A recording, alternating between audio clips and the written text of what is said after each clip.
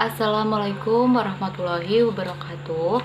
Perkenalkan, nama saya Enal Srinisi dengan nomor NIM 8720319150114 dari semester 4 dengan prodi Pendidikan Ekonomi dari Fakultas Ekonomi dari Universitas Pancasakti Bekasi dengan mata kuliah Bank dan Lembaga Keuangan yang diampu oleh dosen Bapak Dermawan MM. Pada kesempatan kali ini, saya akan menjelaskan mengenai bank dan perannya bagi masyarakat serta aktivitasnya apa saja. Langsung saja ke pembahasan yang pertama, yaitu pengertian bank menurut Undang-Undang RI Nomor 10 Tahun 1998 tentang Perbankan. Pasal 1 ayat menyebutkan bahwa bank adalah sebuah badan usaha yang menghimpun dana dari masyarakat dalam bentuk simpanan dan menyalurkannya kepada masyarakat dalam bentuk kredit dan atau bentuk-bentuk lain dengan tujuan untuk meningkatkan taraf hidup orang banyak. Menurut Wikipedia, bank adalah sebuah lembaga intermediasi keuangan untuk menerima simpanan uang, peminjaman uang, dan menerbitkan promes atau banknot. Sedangkan menurut PSAK nomor 31 dijelaskan bank adalah suatu lembaga yang berperan sebagai perantara keuangan antara pihak-pihak yang memiliki kelebihan dana dan pihak-pihak yang memerlukan dana, serta sebagai lembaga yang berfungsi memperlancar lalu lintas. Fungsi bank secara garis besar menurut Susilo, Triandoro, dan Santoro yaitu menghimpun dana masyarakat dan menyalurkan kembali pada masyarakat untuk tujuan yang bermacam-macam atau yang biasa dikenal dengan si financial intermediary. Sedangkan fungsi bank secara spesifik yaitu yang pertama sebagai agent of truth, yaitu pembawa kepercayaan.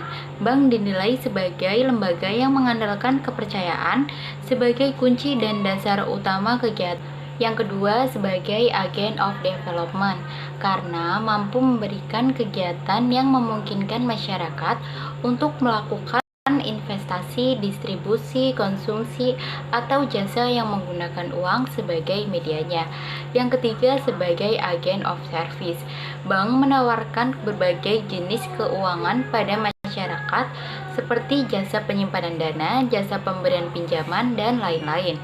Beberapa jenis bank dilihat dari fungsinya. Yang pertama, bank sentral, badan keuangan milik negara yang diberikan tanggung jawab untuk mengatur dan mengawasi kegiatan-kegiatan lembaga-lembaga keuangan dan menjamin agar kegiatan ke badan-badan keuangan tersebut akan menciptakan tingkat kegiatan ekonomi yang stabil.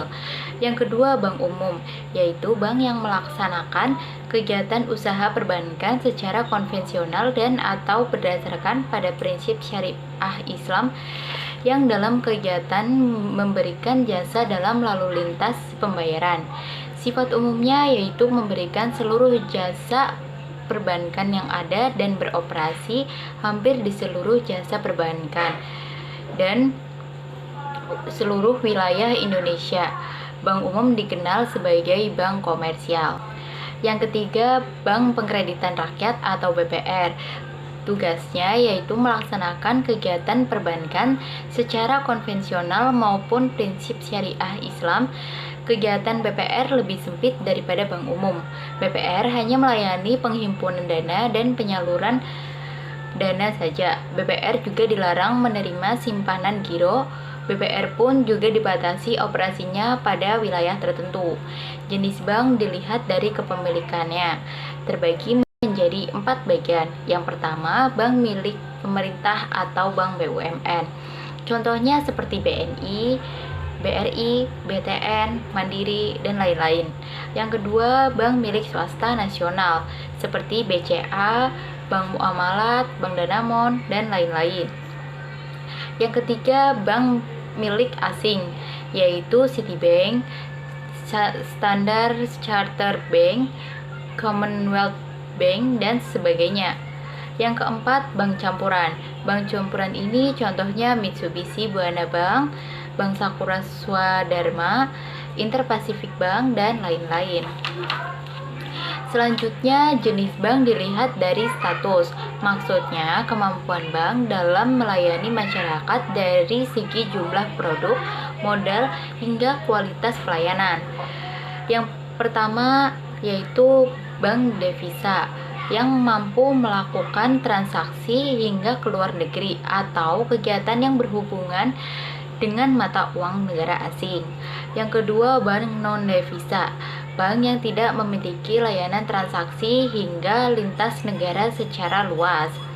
Peran bank bagi masyarakat yaitu sebagai tempat menyimpan yang aman, klasik dan yang utama, baik untuk menyimpan uang maupun surat berharga milik masyarakat. Yang kedua, mata air atau pembiayaan bagi pengusaha. Bank sebagai salah satu alternatif ketika pengusaha sedang mengalami kekurangan modal. Dengan adanya pembiayaan kredit yang ditawarkan oleh bank agar para pengusaha terutama UMKM dapat terus bertahan dalam melangsungkan usahanya. Yang ketiga, sebagai tempat menukar uang. Tradisi yang selalu ada saat hari raya tiba yaitu memberikan uang dalam bentuk lembaran uang baru. Solusi yang tepat ketika mereka menukar uang di bank. Yang keempat, kepraktisan dalam transaksi keuangan. Memudahkan para masyarakat yang menggunakan aplikasi mobile banking untuk membayar tagihan listrik, berbelanja via online, dan pembayaran transaksi lainnya secara mudah dan cepat. Yang kelima, lapangan pekerjaan yang menarik. Ketika ada pembukaan cabang baru di suatu daerah, pasti akan diikuti pembukaan lowongan pekerjaan untuk menjadi pegawai dan yang sebagainya. Belum lagi untuk tenaga keamanan, kebersihan, dan lain-lain. 6. Sebagai pemicu usaha kecil masyarakat. Kerumunan orang banyak yang datang ke bank adalah potensi pelanggan yang memberikan cuan bagi mereka-mereka yang mempunyai usaha seperti warung makan, kelontong, dan lain-lain.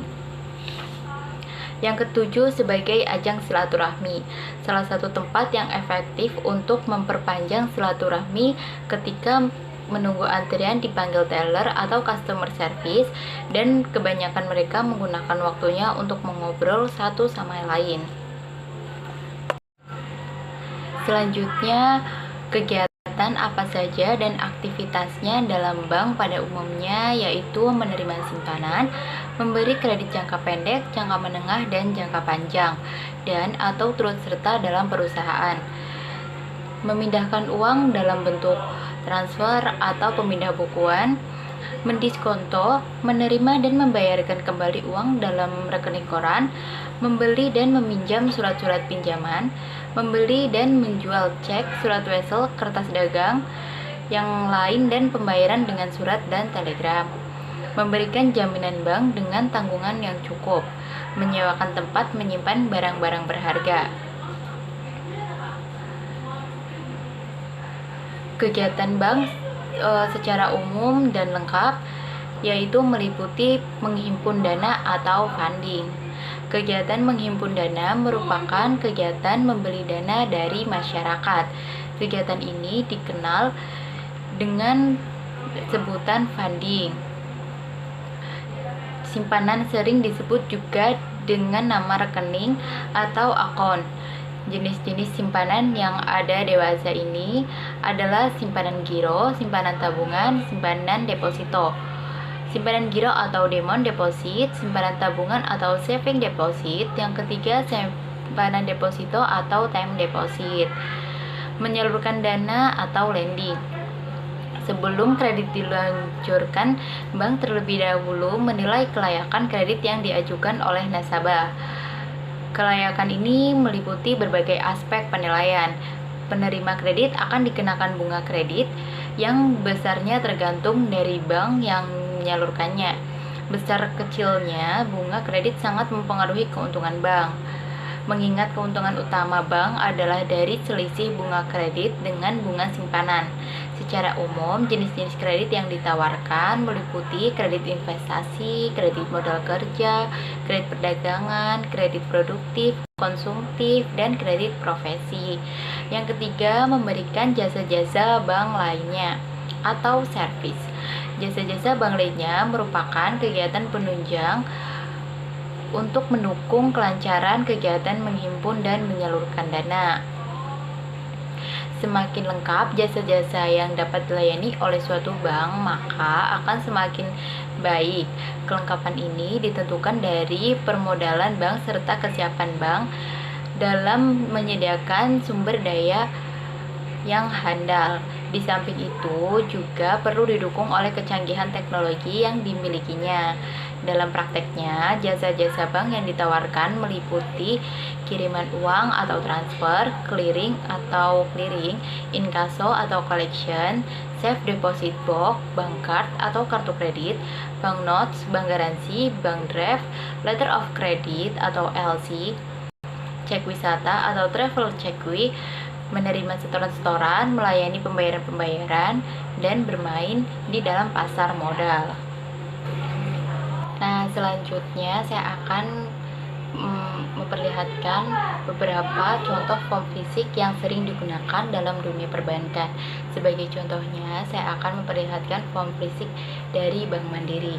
Yang pertama, aplikasi pembukaan rekening produk dana perorangan. Ini biasanya digunakan saat pertama kali kita akan membuka tabungan untuk diri kita sendiri di customer service.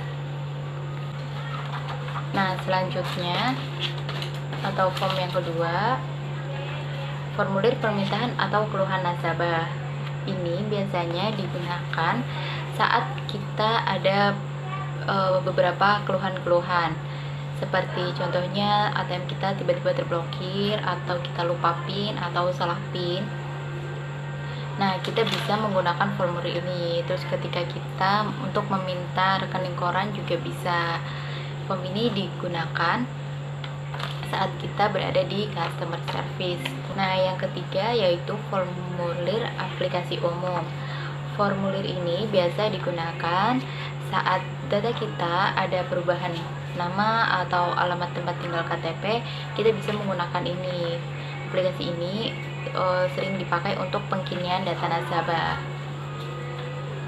Nah, selanjutnya masih di customer service, surat pernyataan nasabah. Nah, formulir ini biasa digunakan ketika kartu Mandiri atau debit hilang atau terpelan di mesin ATM. Kita bisa menggunakan formulir ini untuk meminta kartu atau mengganti kartu yang baru. Nah, selanjutnya kita ke teller, bagian teller. Nah, aplikasi yang sering digunakan adalah aplikasi setoran, transfer, clearing, dan inkaso. Aplikasi ini sering digunakan untuk menabung, investasi, pembelian barang, atau pembayaran-pembayaran yang lainnya. Nah, selanjutnya formulir penarikan. Aplikasi ini digunakan saat kita akan mengambil uang di teller. Nah, kita menggunakan aplikasi ini.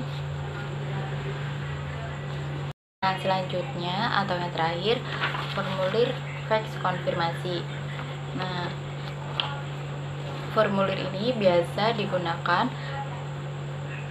saat nasabah akan mengambil atau penarikan dalam bentuk cek atau giro, namun berbeda cabang dan di atas nominal 100 juta.